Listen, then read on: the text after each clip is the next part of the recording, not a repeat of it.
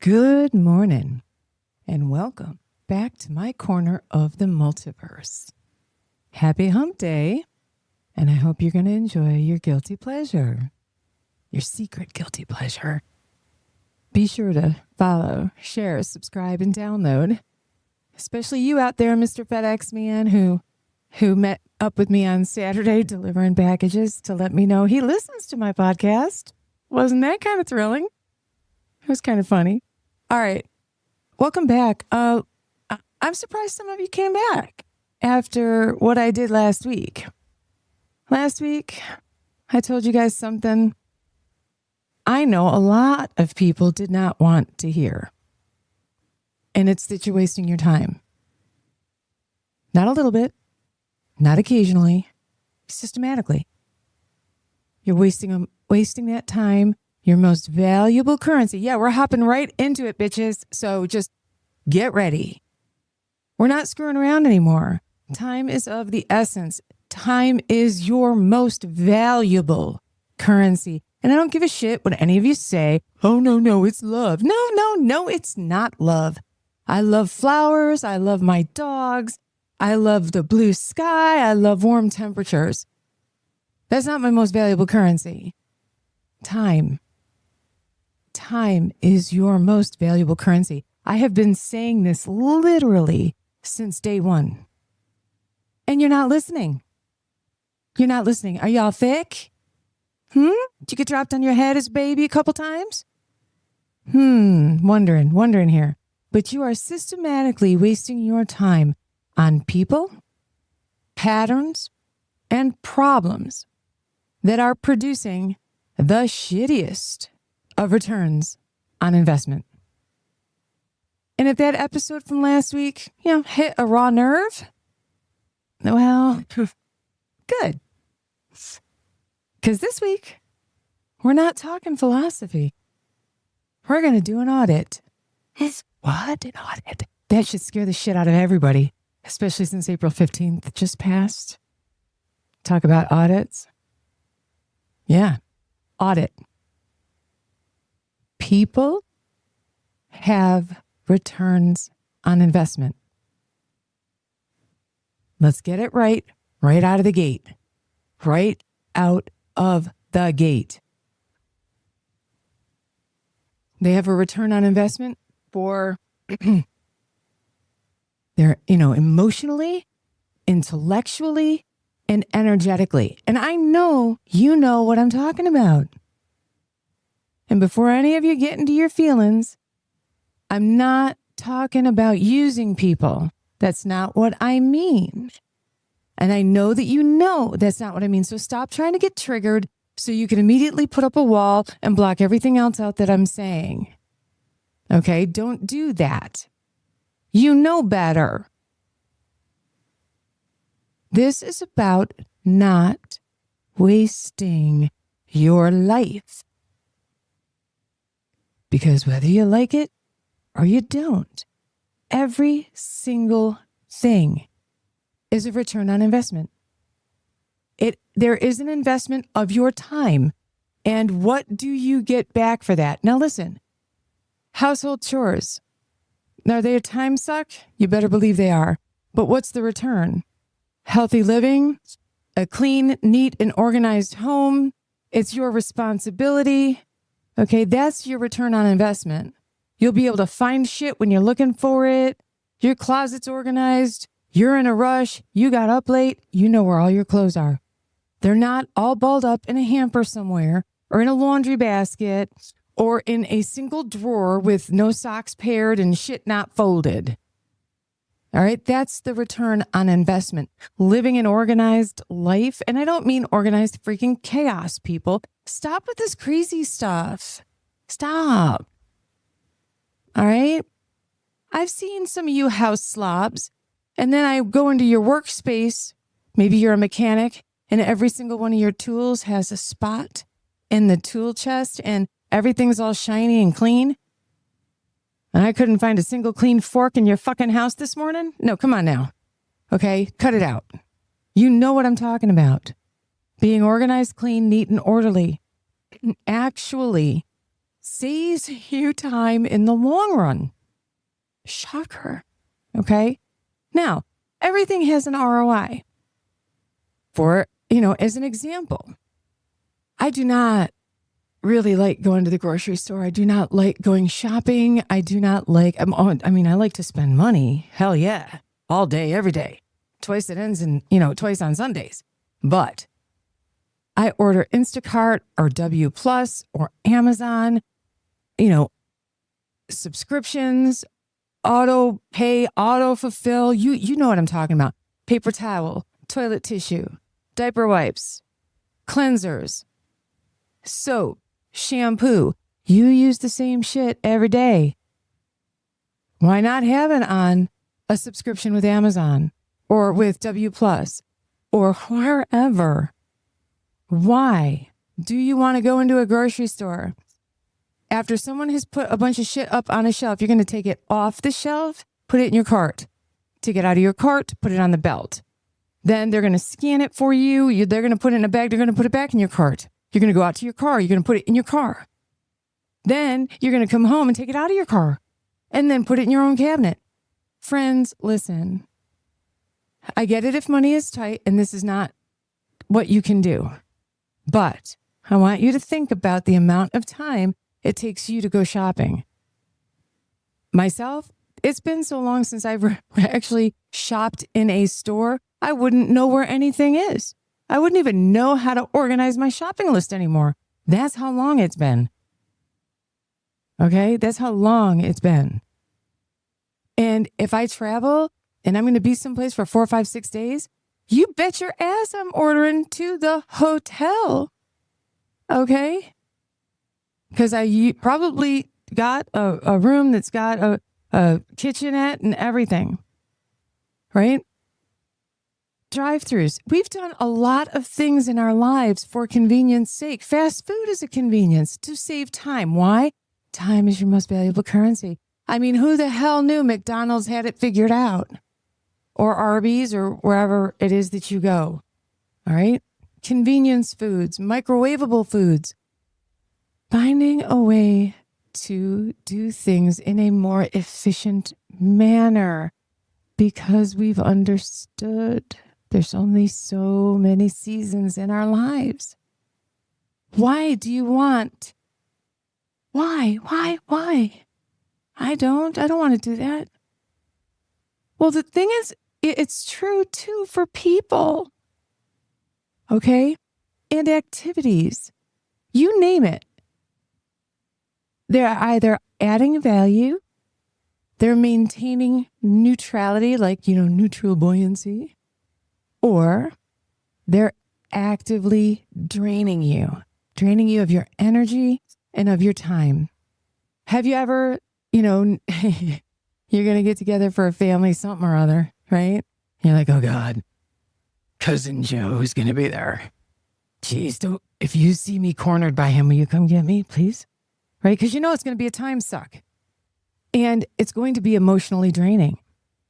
I was recently at a conference, and while I was enjoying the people that I was speaking with, meeting with, kibitzing with, whatever you want to call it, and then obviously also brainstorming with as we work toward a number of different projects and goals across the United States, honestly, by the third day, I was so exhausted. All I wanted to do was sleep. And that's not like me. And it's not that they sucked my energy in a bad way. It's that I was on from 5:30 a.m. until close to 2200 every single day for like 5 days. That's exhausting. When I'm in my home office, yes, I'm still working, but you don't have that social interaction and you're really, working on your brain and all that stuff. And sometimes, not that it's not really a performance, but you also don't want to go to these functions and these conferences and meet with people and be a bitch, right? You want to be in a good mood, so it's kind of like performance art in a way. You have to be up. You don't want to look surly or, walk around with resting bitch face, which I fucking have all the time. You want to be approachable. You want people to come to you. So that part of it is exhausting. But then there are some people that the moment you see them, and you may not have seen them for 3 days, 5 days, 4 months, but the moment you see them, you literally deflate like a balloon. Okay? All the air goes right out of the room. Gone. All right? So there is really no fourth category. They're either adding value, maintaining neutrality, or they're actively draining you. And I have news for you. Some of you, you're out here investing your premium time, your elite focus, and your high value emotional capital. And you're investing all of that into bankrupt portfolios. Why are you doing that? Now, my daddy described it when I was younger. He said that every relationship is like a bank account. He's not wrong. He was not wrong. He's still not wrong. I believe the disconnect is in the bookkeeping, the ledger. Some of us were straddled with the bullshit concept that, hey, they're blood. Hey, you have to forgive. Hey, they're family. Hey, that's your aunt, your uncle, your cousin, your brother, your sister, your mother, your father. No, And it's bullshit. It's bullshit. If every single account is to be treated, or every single relationship is to be treated like an account, that includes even your first degree relatives, moms, dads, brothers, sisters, children.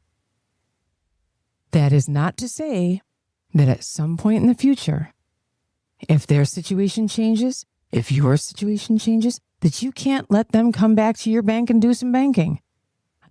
Nothing is necessarily written in stone.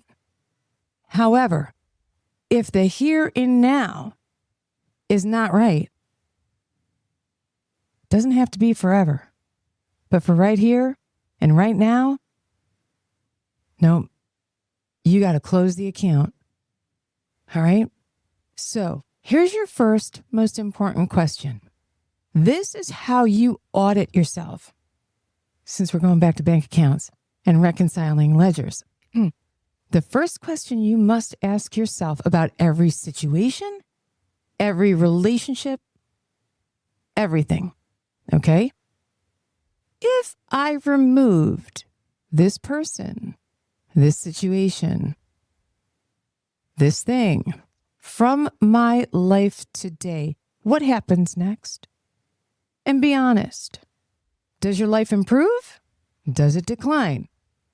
Or does it stay exactly the same? So think about that for a moment. Every situation can be laid out like a flowchart with decisions A and B. Much like when you get, an eye exam. Which is better? Yeah, I know you all know what I'm talking about. Which is better, 1 or 2? 2 or 1?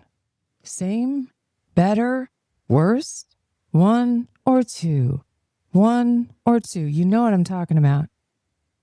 And if the answer is it improves or it stays the same,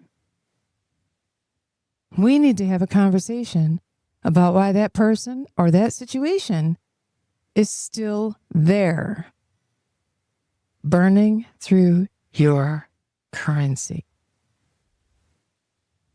All right? Let me give you some indicators. Not opinions. These are not opinions, friends. These are not my feelings, because if anybody knows me, you know I ain't got any. I don't have a single feeling left. So no feelings, no opinions. This is data. All right? Data set number 1. Chronic trying with 0 or no or minimal results. They've been working on it for 6 months, a year, 5 years, with no measurable change. When making entries in this ledger, each of these is a debit or an expenditure, a withdrawal. When they are working on it and there are never any changes, no modifications in behavior, or they modify for 2 weeks, maybe 3 weeks, and then they drop right back and they reset back to their old system. That's a negative return on investment, my friends. It's not effort.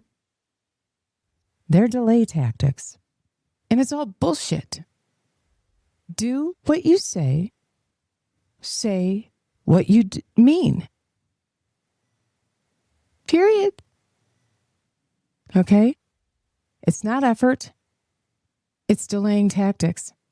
Especially when you hear the line, you just never see when I do it the way, when I've had improvements. What do you get, a participation trophy?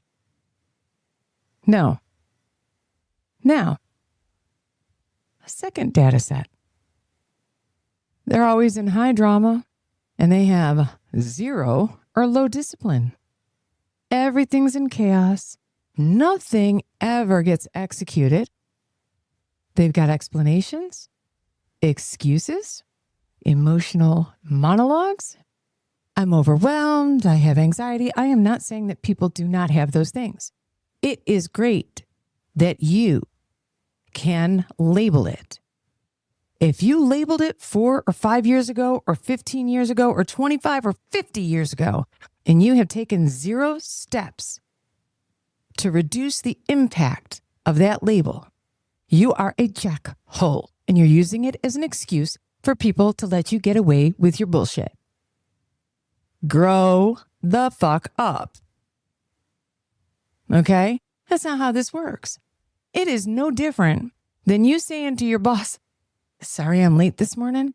Power went out and my alarm never went off. Probably won't happen again, will it? It won't. You'll get a battery-operated alarm clock or a wind-up one. That's what you're going to do. And if you come into work 3 days later and offer the same excuse to your boss, what do you think is going to happen? Acknowledging the deficiency and not taking steps to correct it or to minimize its impact. That's bullshit. And you're just keeping it in your back pocket as an excuse for why you can't do something or why you've been unable to achieve those outcomes you promised all those months ago that you would. Doesn't seem very honorable to me. Nope, seems like a lie. Yep. Now, when I talk about discipline is not rigid. It's not rigid routines, rigid schedules, or lifestyles. But what it is organization, attention to detail, not allowing yourself to get time sucked on any one task. That then when you get time sucked by that one task, all the rest of your scheduled responsibilities or tasks are left unhandled, unfinished, incomplete, or left for somebody else to complete. I've had a few coworkers like that. Just a few. So understand also, discipline is what you do when nobody else is looking. Do you think anybody's watching me get up every day and go to my office and chart on my patients and order their meds and order their labs? Do you think anybody is watching to make sure that I'm cleaning my clinic space or that I'm doing? No, but I am disciplined. Okay. So I get up and I work. Not a big deal. This does not make me special. I am not standing here in judgment. I'm trying to give you the tools that you need to be more successful, and give you the tools that you need to audit yourself so that you know how you're going to hold that standard or that measuring stick for your own personal life. Okay? And we're going to get to that part in just a few minutes. 0 accountability is the next data set. These are the individuals that will tell you it's someone else's fault. Oh, it was just bad timing. Oh, just bad luck. Bad circumstances. I got news for you. Long time ago, somebody told me, I don't need to wish you luck. Luck is for the unprepared. I will wish you much success. much success. Because when you are prepared, you do not need luck. You don't. Okay? One of the biggest red flags is that they've never moved out of the hood. Victimhood. And you all heard me talk about that in an episode long time ago. They're not self-aware. They believe that being the victim is an acceptable excuse for their poor performance. I got news for you. No. They cannot see the correlation between their decisions and the consequences, and it's always someone else's fault. It's never them. It's not their habits. It's not their lack of discipline. It's never that their choices were shitty choices. Listen, I've made some shitty choices in my life. I mean, I've never bought a Ford, okay? But I've made some pretty shitty choices. So we're not immune to it. We're not always on our A game. And sometimes it takes experience to get on our A game, okay? And that's okay. That's okay. Just keep working that flow chart. Your next data set.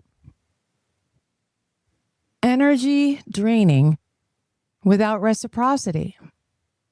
You give your time, your support, your solutions. And what do you get back? You get back exhaustion. Some people are givers and some people are takers. But those are the extremes. Most of us are both. Sometimes we have a need. Sometimes we fulfill a need. So reciprocity is a real thing. And I don't mean tit for tat. I do for you, you do for me. Sometimes it's I will do for you, I will do for you, I will do for you, and then you could do for me at some point in the future. Okay? It is not an equal balance on the scales necessarily. And that's okay too. But if you are consistently the giver in this situation, in this relationship, then and you are never given back anything, that is a data set you need to evaluate and audit. Your next data set is pattern repetition. Always the same shit, just a different day that ends in Y. If you accept this crap, you are literally forecasting your future of a shitty ROI. They got the same problem, different day, same apology, same behavior. It's not a phase, it's a pattern. And that, my friends, is a forecast. A forecast for a crappy future. All right? So you have to decide, what category does this situation, this relationship, this person, this job, this hobby, okay? Where do we place them? Which category? There's three. There's high ROI, there's neutral, and there's negative. There are no other options here. It's 1, 2, or 3. Okay? So, high ROI is your first category. These are people that you will keep and invest more into because they have a high ROI. It makes sense, right? Are you going to put good money after bad? If you invested in a stock that tanked and made 0 return, you're going to keep putting money into that stock? No. No, you're not. You're going to cut your losses. These individuals, these situations, hobbies, relationships, okay? They grow, they execute what they say they're going to do, they reciprocate, and they evolve. Notice I didn't use the terms they're successful, rich, and famous, because successful, rich, and famous doesn't count for shit when we're talking ROI. I've seen the poorest people give their last meal, their last dollar, their last article of clothing to a complete stranger. And I have seen the richest people cling to a dollar bill in a windstorm when they have hundreds in their wallet. Friends, rich, famous, and successful has nothing to do with this and everything to do with interpersonal consequences. They don't just talk about change, these individuals. They demonstrate it. They demonstrate it. Now, neutral ROI, these are individuals that you're going to monitor and limit. Kind of like watch the stock market every day, see where they're going, decide if at some point in the future you're going to have to sell. You invest only what you must. Often the individuals that fit into this category are your coworkers, your colleagues, and your neighbors, right? I mean, you can't help it who lives right next door to you when you're, like when you own a home. Same thing really with an apartment. You can't really get out of that lease. Maybe you could move apartments. I don't know. But don't invest too much. These individuals are acquaintances, casual relationships, situational connections. Maybe they're in your bowling league. I don't know. They're not harming you, but they're not building with you either. So you manage their access. You don't give them too much. You're not going to be over there babysitting their kids. You're not going to go over there and fix their car necessarily, okay? Or help them erect a barn or something, okay? But you watch. Maybe they turn into closer friends. Maybe they turn into or develop into your high ROI grouping, your category.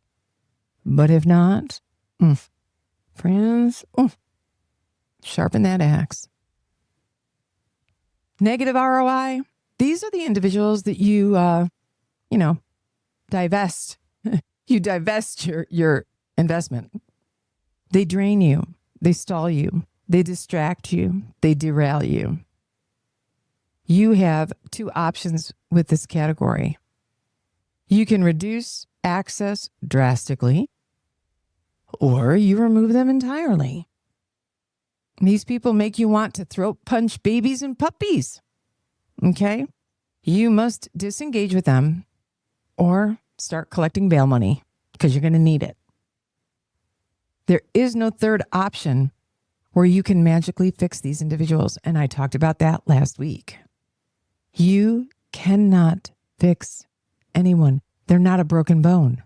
They're not a laceration. They're not an infection that you can throw antibiotics at. When people have personality flaws, they have to fix them. They have to want to fix them. 9 times out of 10, they don't. Okay? So you have to ask yourself, why do you keep, these low return on investment people? You don't keep them because they're valuable. You keep them because of history, guilt, obligation, their, potential. Or you fear conflict. Or it's because of what you've always done, because they're your, parent, your sibling, your boss, a lover, a child. Hope. Listen to me, friends. Hope is one of the most complex forms of denial. But let me simplify this for you. You are emotionally subsidizing dysfunction, and it's costing you time you do not have, along with your sanity, your peace, and true happiness. Now, before anybody comes at me with, well, what about grace? What about grace, Aunt Margaret? We got to give grace. Yes, friends, grace does exist. But grace is a temporary allowance for effort with progress, not indefinite tolerance for repeated dysfunction. There's a difference between compassion and self-abandonment. Don't confuse the two. Stop fooling yourself. Not everyone is on the same growth journey as you. All right. Enough of calling out the problem and labeling it. If you label it and you take no action, you're a jackhole. So let's take action. All right. And here's what you're going to do next. You're going to identify, and this is what you're going to do. You're going to identify 3 people or 3 situations. You're going to run your ROI question. You're going to categorize them and adjust their access immediately. Not next week, not when it's convenient, immediately. Because every day that you delay, you are continuing to invest in a losing position. As I mentioned last week, our time is finite. You don't have unlimited time. Just remember, I mentioned my father had 55 springs, summers, autumns, and winters. Just 55 of each. You do not have unlimited time. You do not have unlimited energy. And you absolutely do not have unlimited patience to waste on people who are not building anything with you and who are not correcting their behaviors. So let me leave you with this. There is never going to be enough time. Never going to be enough time. It is rare the person that says on their deathbed, "Oh, I had more than enough time. I'm ready to go." Everybody always says, "I wish I had done XYZ. I wish I had more time to talk to so-and-so." Think about the number of times you've heard someone say, "I'm fulfilled. I'm good. I'm out. Peace." And they dip. No. You do not have enough time, so stop spending it like you have an overabundance of it. It's not philosophy. It's a lived truth. So go take a hard look at your life. Start making better investments. And if this episode has made you feel a little bit uncomfortable, good. Go do something with it. Because insight without action is just intellectual entertainment. And if I want to see a movie, I'll put on Netflix. I don't need it in my fucking life. Okay? All right. Friends, next week we're going to get some more. We're going to get into this a little bit deeper. And we're going to talk about a few other things that you can do so that you aren't necessarily that time suck, that energy drain. I want to thank you guys for joining me in my corner of the multiverse for your hump day guilty pleasure. Be sure to follow, share, subscribe, download, and tell, your Amazon driver, UPS, USPS, FedEx, whoever, that we're on the waves and they should probably take a listen while they're driving around. Okay? Thank you guys. Have a wonderful week filled with opportunity. And I'll meet you right back here next week. This is the Salty Goddess Podcast. I'm Ann Margaret. I want to hear all your stories about all of the people that you categorized and determined access. See ya.